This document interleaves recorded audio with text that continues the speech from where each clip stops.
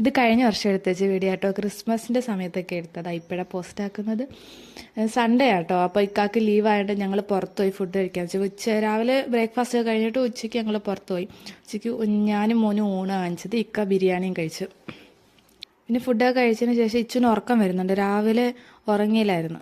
എന്നൊരു 12 മണി, ഒരു 11:30 ആയപ്പോൾ ഉറങ്ങിയില്ല. അപ്പോൾ ഉച്ചയായപ്പോഴത്തേനും അവന് ഉറക്കം വരുന്നുണ്ട്.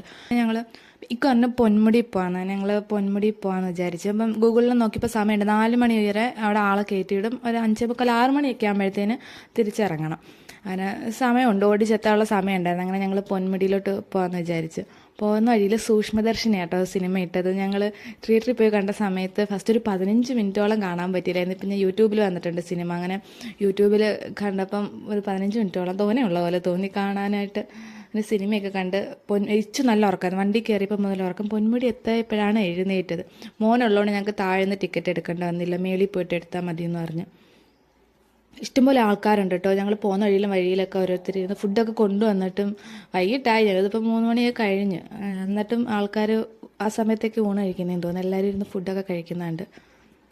പോകുന്ന വഴിയിലൊക്കെ ഓരോരോ കുഞ്ഞു കടകളാണ്. ലെവലോലിക്കയും പിന്നെ ഉള്ളിവടയൊക്കെ വെച്ചേക്കുന്നുണ്ട്. അപ്പോൾ ഞങ്ങൾ ലെവലോലിക്ക വാങ്ങി. ഇവിടുന്ന് ഞാൻ ലെവലോലിക്ക മേടിച്ച് ഞാനും മോനോടെ കൊള്ളത്തില്ലായിരുന്നു.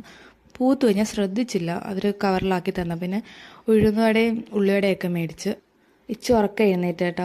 പൊന്മുടി എത്തിയിട്ട് അപ്പം ഉറങ്ങിയതാ. വണ്ടി കയറി ചോറ് കഴിച്ചിട്ട് കിടന്ന് ഉറങ്ങിയത്. ഇപ്പോഴേ എഴുന്നേറ്റത്. പൊന്മുടി എത്തിയപ്പോഴേ എഴുന്നേറ്റ് നോക്കുക. അവന് പിന്നെ കഴിക്കാൻ ഫുഡൊക്കെ അവനും കൊടുത്ത് വെള്ളമൊക്കെ കൊടുത്ത് എന്നിട്ട് ഞങ്ങൾ ഇറങ്ങിയത്. ഡ്രസ്സൊക്കെ മാറി കുട്ടപ്പനാക്കി. ഭയങ്കര സന്തോഷമായിരുന്നു അവന്. തിരക്കുണ്ടായിരുന്നു വൈകിട്ടൊക്കെ. പക്ഷെ മഞ്ഞൊന്നും അങ്ങനെ ഒന്നുമില്ല. കുറച്ചുകൂടെ മഴയുള്ള സമയത്തൊക്കെ പോകാൻ നല്ല മഞ്ഞൊക്കെ ആയിരിക്കും. ഇപ്പം നല്ല തണുത്ത കാറ്റും വെയിലൊന്നും വലിയ ചൂടൊന്നും ഇല്ലായിരുന്നു. പോന്നു തറയിൽ ഇറങ്ങി മോൻ തനിയെ നടക്കാൻ നോക്കുന്നുണ്ടായിരുന്നു. പക്ഷെ എവിടെയൊന്നും തട്ടി വീണാലോ എന്ന് വെച്ചാൽ സമ്മതിച്ചില്ല. അവിടെ നിന്നിട്ട് ഒരു കൊച്ചു കൂട്ടുകാരനെ കിട്ടി. മല എന്നൊക്കെ കാണിച്ചു കൊടുക്കുക മോൻ ഇച്ചു അവൻ്റെ പിറകെ നടക്കും. പക്ഷെ വീഴാൻ സാധ്യതയുണ്ട്. അതുകൊണ്ട് അങ്ങനെ അങ്ങ് ഇറക്കി വിട്ടില്ല നടക്കാനായിട്ട്. പിന്നെ ഒരറ്റത്തു നിന്ന് ഒരറ്റം വരെ നടത്തിയായിരുന്നു. പാപ്പി മോനെ എന്ത് ചെയ്യുക ഇവിടെ?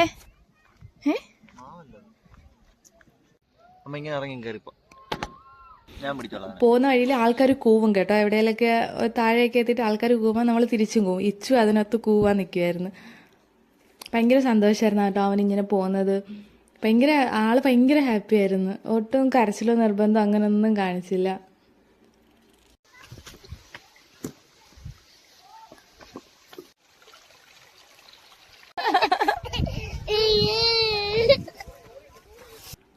കുറേയൊക്കെ നടന്ന് കയറിയപ്പോൾ ഇക്ക ക്ഷീണിച്ച്. ഞങ്ങൾ മാറിയും തിരിഞ്ഞ മോനെ എടുക്കുന്നത്. ഞാൻ പറഞ്ഞു ഇക്കടുത്ത് വരണ്ട, അത്രയും ദൂരം നടന്ന് മോനെ പിടിച്ച് നടക്കണ്ടേ, അപ്പം നല്ല കണക്ക് ബുദ്ധിമുട്ടായിരിക്കും എന്ന് പറഞ്ഞ്.